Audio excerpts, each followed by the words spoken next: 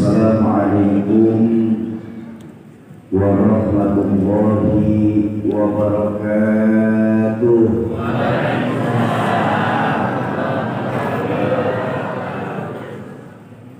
Alhamdulillahilladzi ja'ala Ramadhana syahrus siyam li ummati Muhammadiyyah. Wassalatu wassalamu ala sayyidina Rasulillah sayyidina wa maulana Muhammad ibn Abdillah wa ala alihi wa sahbihi wa man tabi'ahu wa wala. La hawla wa la quwwata illa billah, amma ba'd. Yang saya muliakan para alim ulama, para asatidzah dan ustazah, segenap pengajar di majlis taklim, wabil khusus Imam Rawatib Masjid Jami' Aminuddin Al-Mukarram Ustaz Haji Hasan bin Haji Syafi'i, Ketua DKM Masjid Aminuddin Al-Mukarram Buya Haji Rusdiansyah SPD MM. Mudah-mudahan Allah tetapkan iman dan Islamnya dalam rangka memakmurkan Masjid Aminuddin tercinta ini. Amin ya rabbal. Yang saya hormati para tokoh-tokoh masyarakat, tokoh-tokoh kepemudaan, segenap aparatur pemerintah, baik tingkat desa, Polri, TNI, wabil khusus ada anggota Dewan DPRD Kabupaten Mempawah, Bapak Muhaidi Ja'far, Bapak Kades Sengkubang, Bapak Alfian Amin, kawan-kawan dari tim perjalanan komunitas Riau Indonesia Mengaji, Bang Henry, Bang Adi, dan kawan-kawan, bapak-bapak dan ibu-ibu jamaah Majelis Tabligh Akbar Masjid Jami' Aminuddin, para calon penghuni surganya Allah yang dicintai Allah Subhanahu wa taala. Alhamdulillah, kisah kita sudah masuk di perdelapan final dari Ramadan. Layaknya sebuah pertandingan, perdelapan final ini sudah mulai banyak yang berguguran tim kesebelasan, dan banyak masjid-masjid pun sholatnya mengalami kemajuan. Dalam kesempatan berbahagia pada malam hari ini, kedatangan kami komunitas Riau Indonesia Mengaji di Masjid Jami' Aminuddin ini mempunyai visi dan misi, yaitu mengumpulkan para muwaqif Al-Quran yang tujuannya adalah mencetak 1 juta mushaf Al-Quran, membagikan kepada yang membutuhkan, serta menghidupkan kembali Al-Quran khususnya di Mempawah tercinta kita ini. Kenapa hal ini kami lakukan? Kami masuk dari satu surau ke surau lain, kami masuk dari satu daerah ke daerah lain, bahkan kami masuk dari satu provinsi ke provinsi lain.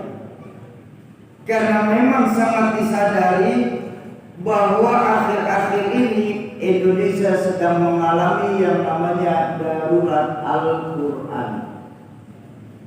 Selain data yang tadi kita tonton dari guru kami Rahmatul Abror Kiai Haji Tengku Zulkarnain, saya sendiri mempunyai data yang saya ambil dari saya punya guru Al-Mukarram Kiai Haji Syarif Rahmat.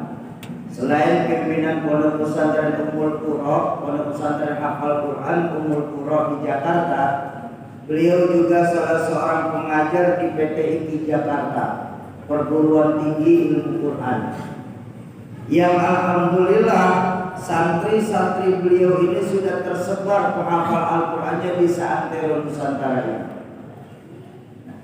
Satu hari saya punya guru melakukan penelitian tentang bagaimana kehidupan Al-Quran di negara yang mayoritas muslim ini. Hasil yang beliau dapat dari penelitiannya, Bu, dari 100% penduduk Islam di Indonesia ini, ternyata tidak lebih hanya 52%-nya saja penduduk Islam di Indonesia ini. Ini yang lain tolong matiin aja dulu, Pak.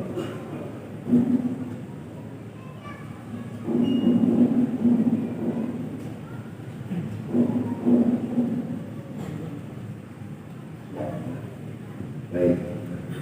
Sampai mana saya baca?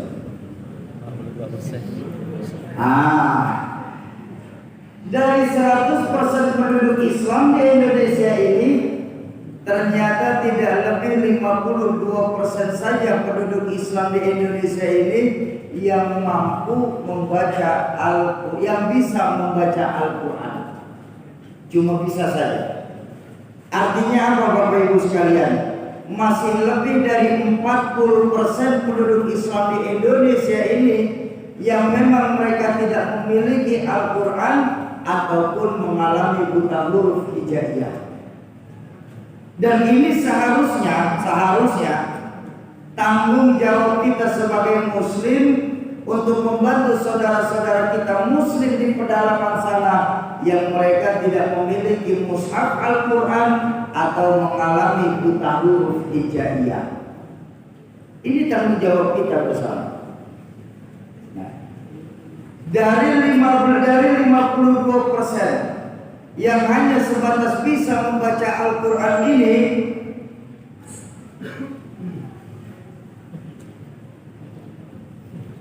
dari 52% yang hanya sebatas bisa membaca Al-Quran ini, angkanya mengecil lagi, Pak, hingga tidak lebih dari 30%-nya saja yang bisa membaca Al-Quran secara tartil. Kok begitu, Syauqi? Kenapa kita mesti membaca Al-Quran secara tartil? Karena memang kita diperintahkan oleh Allah dalam Al-Quran, warattilil Qur'ana tartila. Baca Al-Quran secara tartil. Secara terjemahan arti tartil itu adalah perlahan-lahan.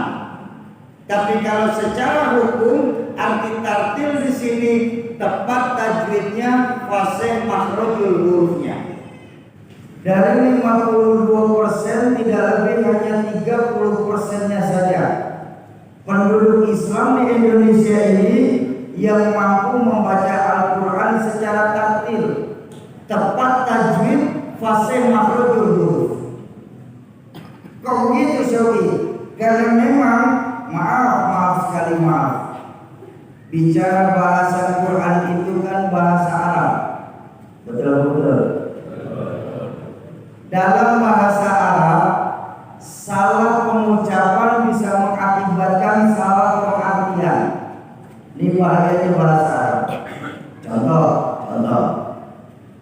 Nama saya yang diberikan orang tua saya adalah Syauqi, terdiri dari huruf shin, wawu, qaf, dan ya, yang punya arti kerinduan.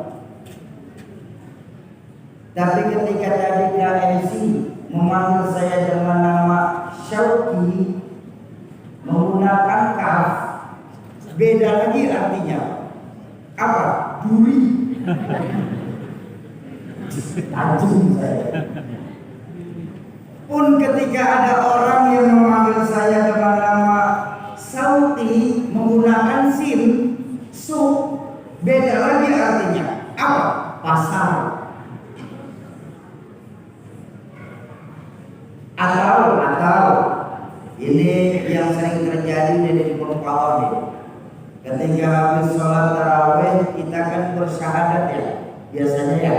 Nah, banyak dari kita yang ketika bersyahadat itu maaf, kalimat asyhadu dengan asyhadu itu jauh berbeda. Kalau asyhadu saya bersaksi. Tapi kalau asyhadu singa jadinya Pak. Kalau asyhadu singa. Tuh. Itulah bahayanya bahasa Arab. Kok begitu? Begini, saya ingin menjelaskan kenapa kita masih membaca Al-Quran secara tertib. Keberkahan kami berjalan bareng Al-Quran.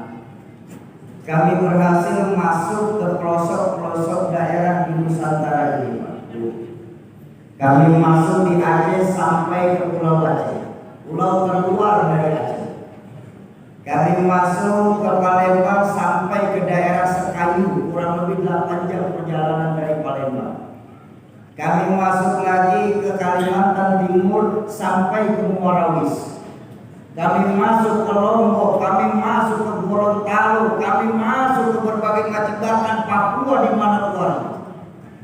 Alhamdulillah berkat perjalanan ini kami masih temukan Bapak Ibu sekalian. Ternyata masih banyak imam-imam rawatib masjid dan mushola di pedalaman sana yang dalam membaca Fatihah masih salah. Ini bahayanya. Membaca Fatihah seorang imam masjid masih salah. Paling tidak ada 3 kesalahan yang sering imam-imam rawatib di masjid-masjid pedalaman itu lakukan. Di paling tidak ada 3 kesalahan. Apa? Kesalahan pertama ketika di kalimat pada ayat iyyaka na'budu wa iyyaka nasta'in. Ternyata Bapak Ibu masih ada imam rawatib membacanya iya-nya tidak ditasdid menjadi iyyaka na'budu wa iyyaka nasta'in. Atau ada juga beberapa, ini saya tetap berhusnuzon, berbaik sangka, mungkin karena keterhati-hatian sehingga dibacanya menjadi iyyaka na'budu wa iyyaka nasta'in, dipisah dulu, diwakafkan jatuhnya. Padahal setahu saya orang bodoh ini Bu, kalimat di ayat iyyaka na'budu ini tidak ada huruf wakaf yang membolehkan itu. Tuh, kesalahan yang lazim. Kesalahan kedua, pada kalimat di ayat an'amta masih ada imam-imam rawatib membacanya an'amta di hamzah semua, atau bahkan terbalik menjadi an'amta ain dua. Atau yang lebih prihatin ketika imam membacanya amta. Ini terjadi loh. Ini terjadi Pak. Kesalahan kedua yang sering dilakukan imam rawatib. Kesalahan ketiga ketika bertemu di kalimat pada ayat waladhdallin, masih ada yang membacanya itu lam tasdidnya dinaikkan intonasi menjadi waladhdallin. Kalau ini saya punya pendapat sendiri. Apa? Pertama, pendapat saya ambil dari saya punya guru ngaji tahsin Al-Mukarram Ustadz Rahmat.